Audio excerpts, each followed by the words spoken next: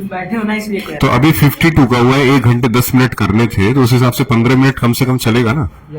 चलिए ठीक, और 15 मिनट में सिर्फ नोट से लिखना है, ज्यादा कुछ नहीं करना।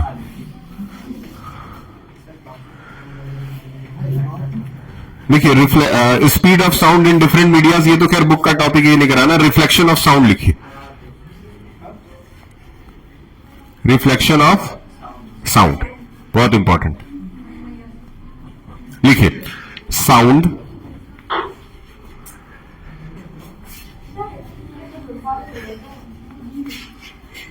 Reflect from one surface and travel backs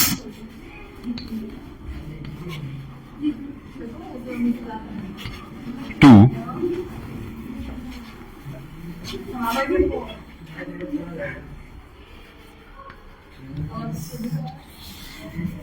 sound reflects from one surface and travel backs to another surface called reflection of sound.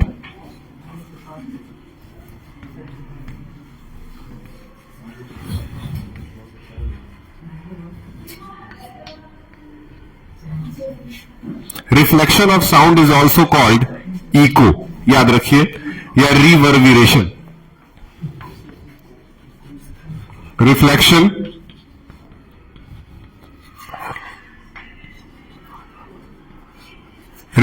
of sound is also called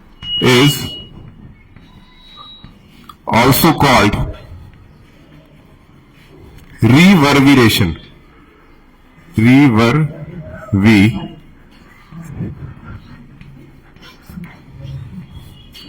Reflection of sound is also called reverberation और echo, प्रखर जी,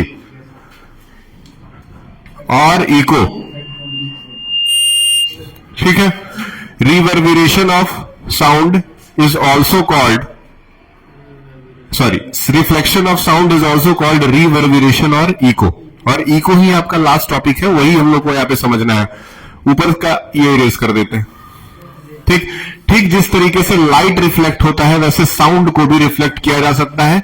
हम लोग क्या करेंगे, ये एक surface मान लेते हैं और इधर से साउंड वेव जाता है और साउंड वेव जाकर के रिफ्लेक्ट होकर के दूसरे साइड जा सकता है, ठीक ठीक। इसी तरीके से जैसे कि लाइट का रिफ्लेक्शन होता था वैसे ही साउंड का भी रिफ्लेक्शन, साउंड वेव्स।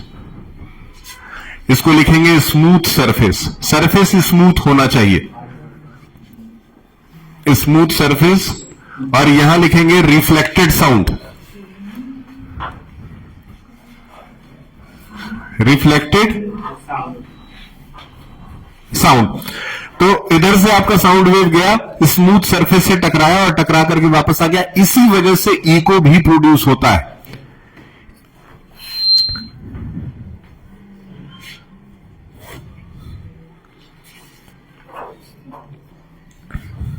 ठीक, इसके बाद से इको ही लिखना है।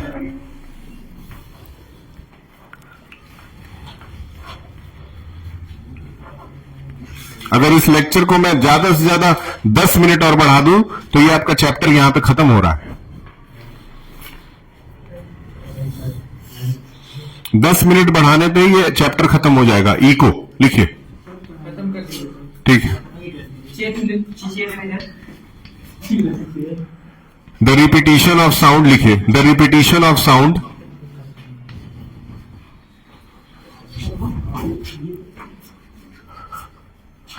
after striking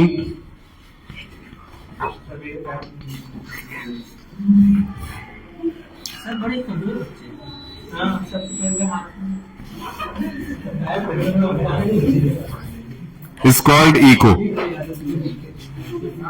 ये नोट करिए, फटाफट करेंगे, जल्दी चैप्टर हो जाएगा। अभी से ज्यादा नहीं। कितने समय का रिकॉर्डिंग हुआ ये? अदीम जी, आपकी तबीयत खराब थी? ठीक, नहीं नहीं नहीं, बैठिए। Where you peoples are going?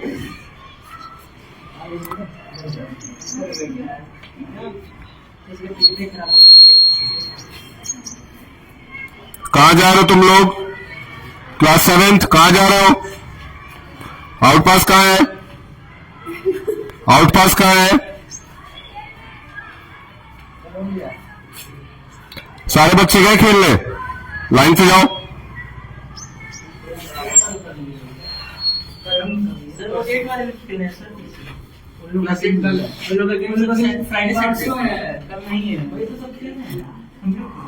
उनके टीचर ने अलाउड किया होगा।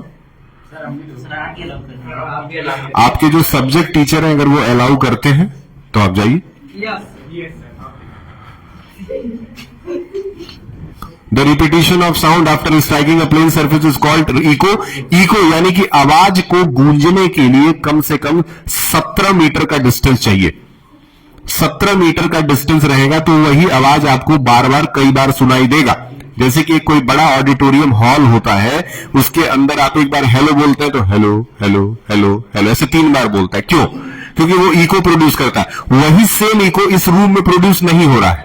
क्यों नहीं हो रहा है? क्योंकि यहां 17 मीटर से ज्यादा डिस्टेंस नहीं है। यहां से वहां का डिस्टेंस मुश्किल से होगा तो ज्यादा से ज्यादा 5 से 6 मीटर का होगा। ठीक है, एटलीस्ट 17। आपको नींद आ रही है? At least you need a distance of 17 meters. लिखिए for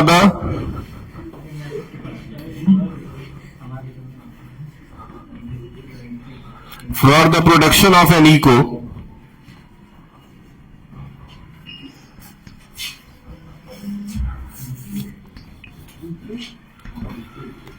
there is a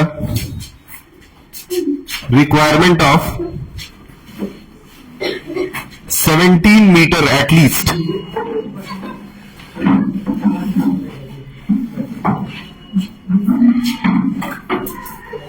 17 meter at least.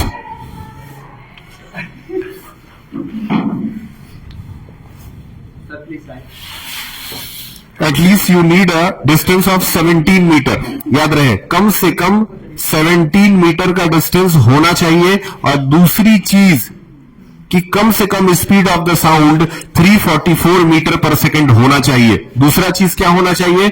Speed of sound, speed of sound कितना होना चाहिए? 344 मीटर पर सेकंड कम से कम स्पीड होना चाहिए। और टेम्परेचर 22 डिग्री होना चाहिए। ध्यान में रहे, इन तीनों पे सवाल एग्जाम में बन सकता है। टेम्परेचर कितना होना चाहिए? 22 डिग्री सेल्सियस के अगर आसपास टेम्परेचर है तो इको बनना ज्यादा आसान माना जाएगा इन कंपैरिजन टू बहुत ज्यादा अगर ठंड है या बहुत ज्यादा गर्मी है, दोनों में इको बनने में समस्या प्रोड्यूस होगी। ये ध्यान में रहे। अब इको पे आपका तुरंत एक न्यूमेरिकल आने वाला है, उसको तुरंत हम लोग क्रैक कर देंगे।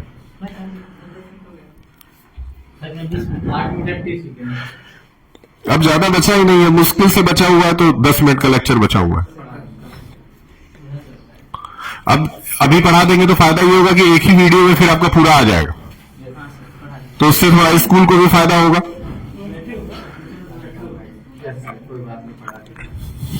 लिखिए सवाल।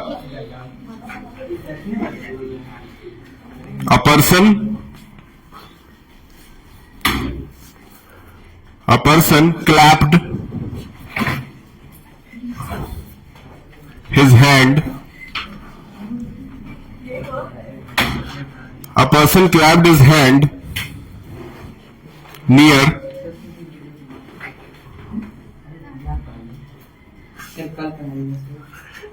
चलिए क्वेश्चन करा के छोड़ देते हैं। And heard the echo. ये क्वेश्चन करा करके छोड़ दे रहे हैं, बहुत मन से इस क्वेश्चन को सीख लीजिए, हो सकता है एग्जाम में आ जाए। चलिए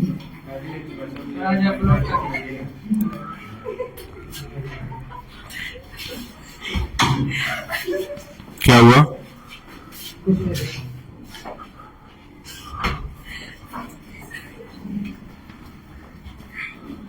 What is the distance of the cliff of the cliff from, only 5 minutes are left, don't worry.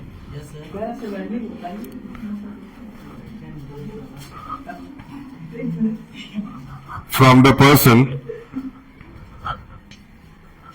if the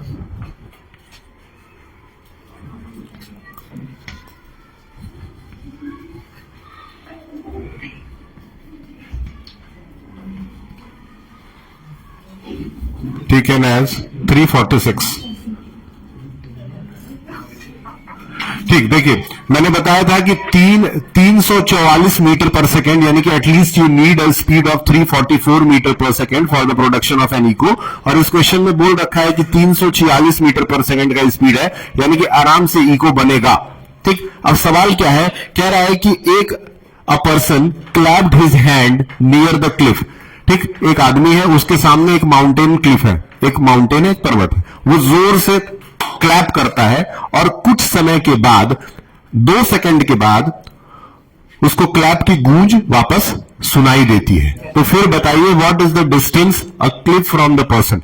तो उस आदमी और उस पहाड़ के बीच में कितनी दूरी है, यही सवाल पूछा गया है। यानी कि डिस्टेंस निकालना है। डिस्टेंस निकालने के लिए आपको स्पीड इंटू टाइम करना पड़ता है।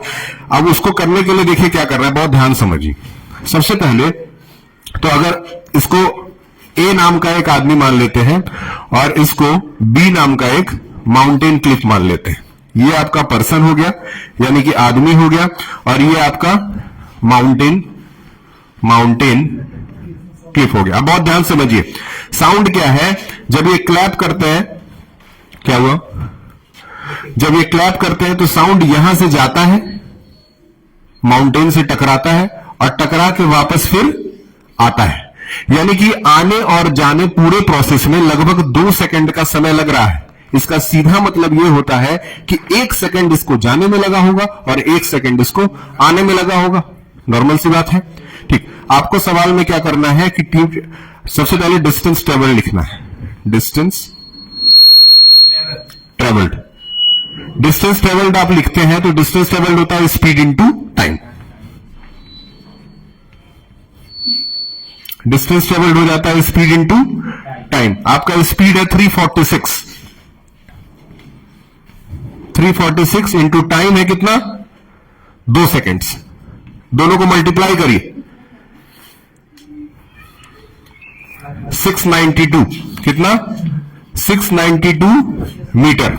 ध्यान में रहेगा, ध्यान में रहेगा। ये 346 इंटू 2 किए तो 692 मीटर। यानी कि यहां से जाने का और यहां से आने का पूरा मिलाकर के कितना दूरी हो गया, 692 मीटर। तो बस हमको आधी दूरी ही बतानी है, यानी यहां से यहां के बीच की दूरी अगर बतानी है तो इसको हाफ करना पड़ेगा। ठीक, तो निकालिए।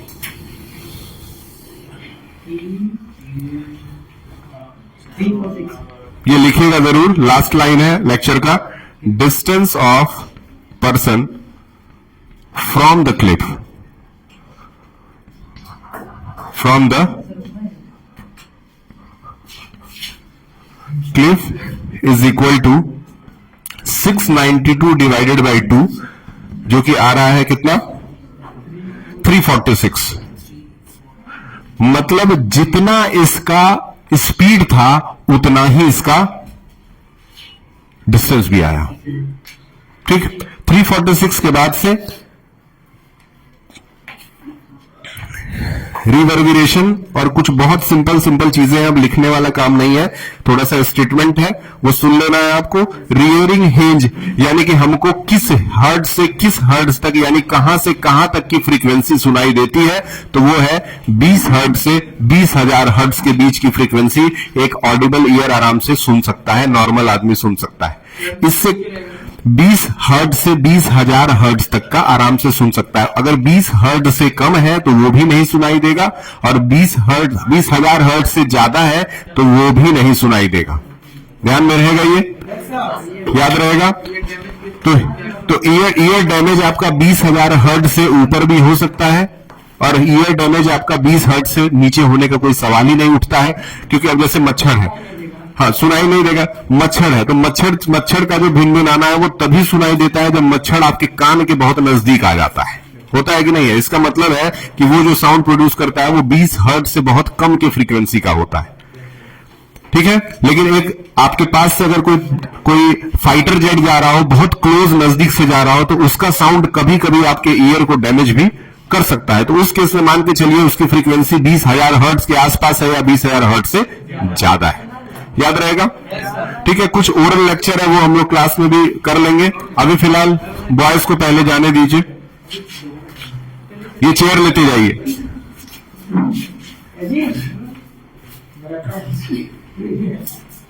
ठीक, जाइए आप लोग।